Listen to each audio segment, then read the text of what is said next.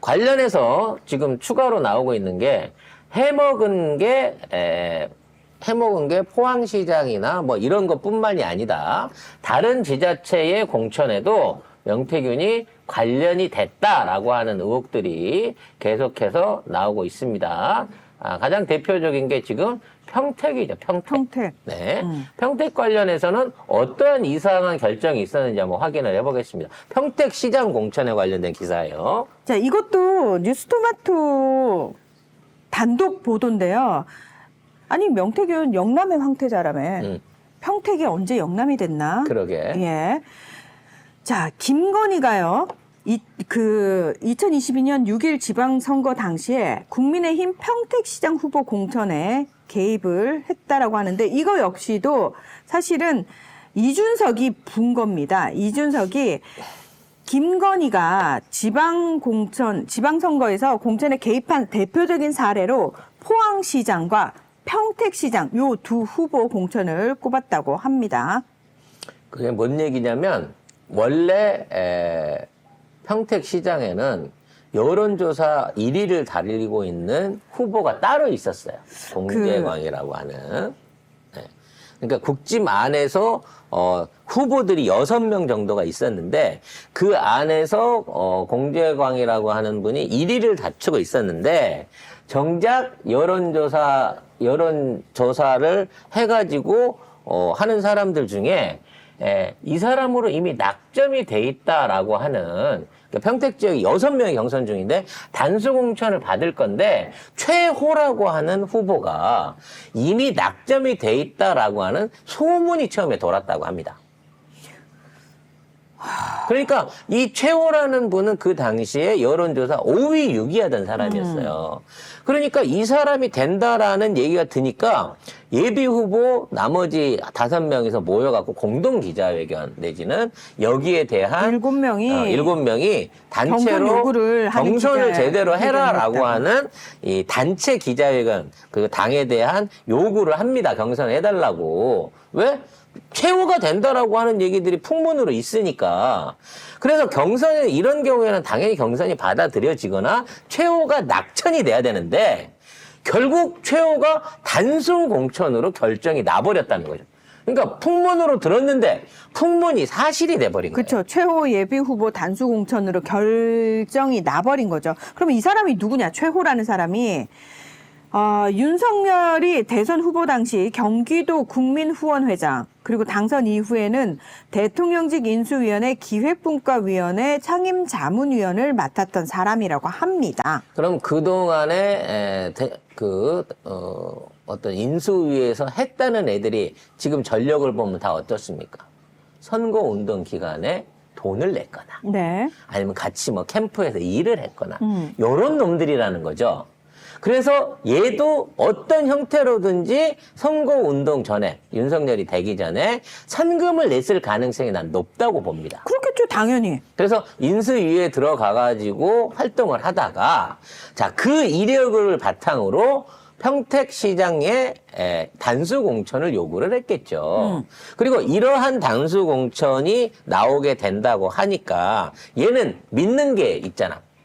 이미 인수위에서 활동도 했고 그 전에 준 돈이 있으니까 이거를 갖고 나발을 불고 다녔던 거예요. 사실 나는 간수로 다 준비가 돼 있어. 경선 이런 거 없어. 라고 얘기를 하니까 그 소문을 듣고 나머지 사람들이 경선을 하자. 이거 지금 이미 낙점된 거 아니냐. 라고 얘기를 했는데 실제로 낙점이 돼갖고 얘가 나간 거예요. 그래서 당선까지 돼버렸으면 진짜 큰일 날 뻔한 건데 어차피 여론조사 6위가 된 거 아니에요. 나는 이게 영향이 제일 크다고 봐.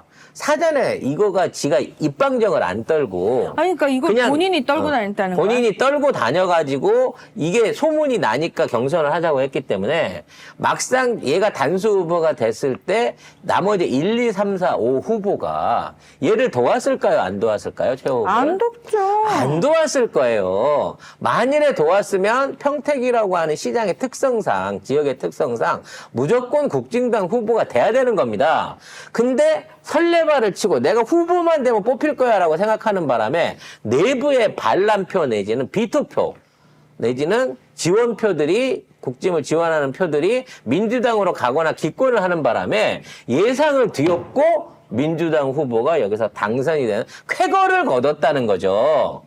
망한 거지, 쉽게 말하면 시스템적으로. 그 당시 정장선 민주당 후보한테 졌는데 이때 가장 유력했던 분이 이제 공재광이라는 그 분이었는데 전 평택시장 출신이에요. 그렇죠. 예, 이 사람이. 전직 시장의 프리미엄을 날려버리고 5등짜리를 인수위에 있었다는 이유만으로 꽂았다는 겁니다. 네. 그래서 이 사람이 근데 이분도 사실 윤석열 대선 후보 캠프에 그러니까. 정무 투표로 있었던 사람이거든요. 그러니까 다 돈들을 내고 그런 방식으로 선금을 내고 나중에 이런 보상을 받는 과정을 따져놓고 보면 윤석열을 얘기했잖아요. 윤석열이 조직도 없고 외부 지원도 없는 상태에서 어떻게 저만큼 선거 비용이나 이런 것들을 조달했을까.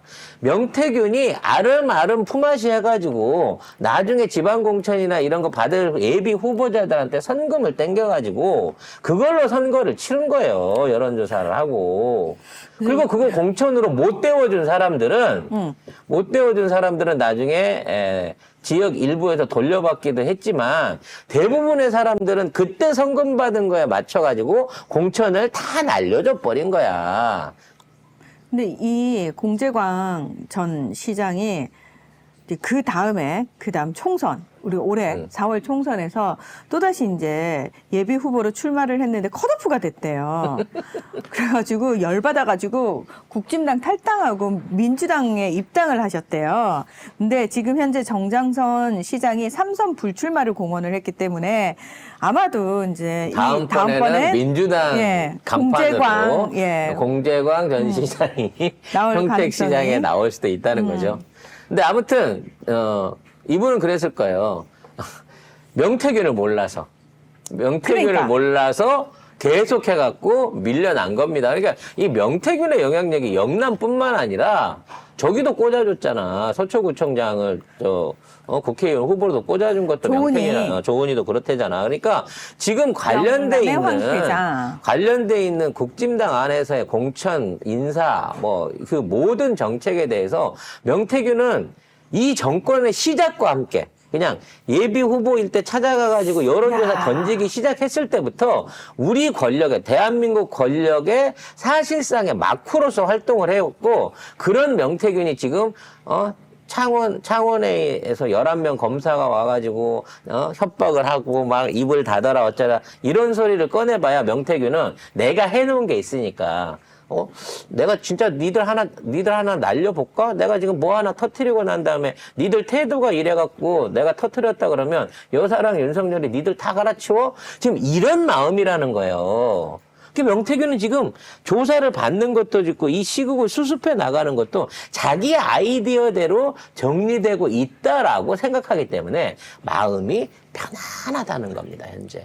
마음이 편안하다. 제가 그거를 공조로 느끼고 있다는 겁니다. 아, 네. 어쨌든 강혜경 씨, 처음에 이제 명태균 이 사태와 관련해가지고 제보를 했던 강혜경 씨 말에 의하면은 적어도 한 10명 정도는 공천 장사를 한 것 같다.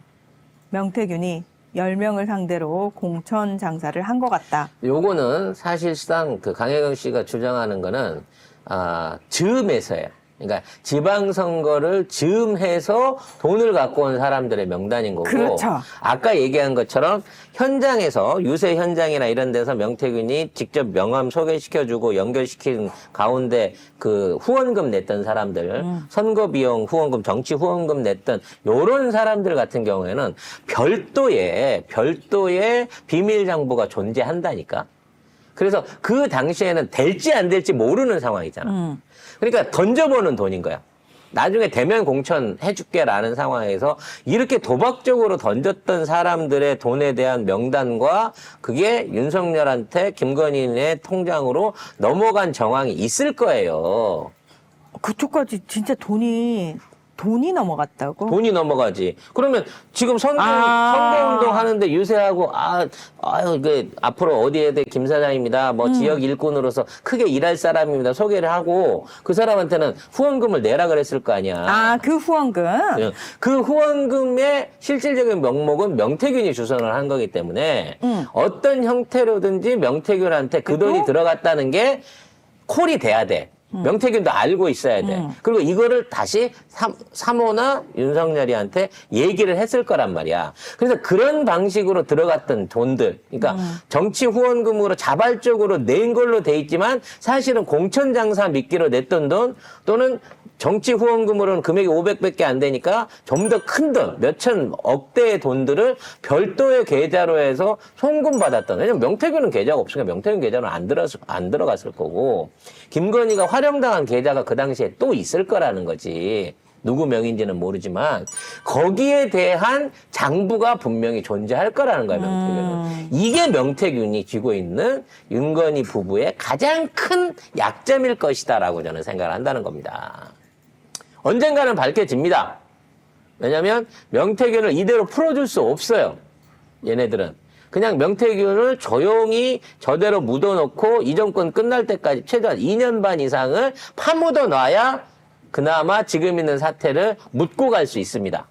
얘가 나가 입 다시 털기 시작하면 다 도루묵이야. 그래서 무슨 핑계를 대서 죄질을 늘려고 안 빼주려고 할 거야. 명태균은 한 달이면 되겠지? 뭐 길어봐야 한 달 반일 거야 이러고 생각했는데 이게 점점 길어져 연말 지나잖아요. 크리스마스 때 집에 못 가잖아?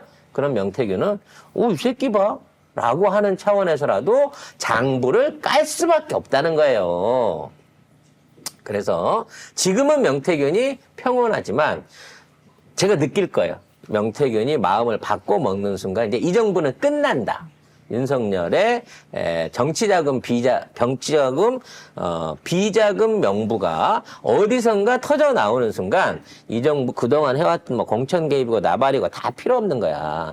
불법 정치자금을 받아서 대선을 치렀어. 그리고 거기에 대한 리스트와 거기를 제공했던 사람들이 있어. 그 돈을 받아 먹었어. 이거 한 방으로 보수 여권과 국진당과 윤석열은 영원히 법의 굴레에서 벗어날 수 없는 상황이 될 것이다. 그것이 윤석열 정부를 쪽낼 것이다라고 저는 개인적으로 예측을 하고 있습니다.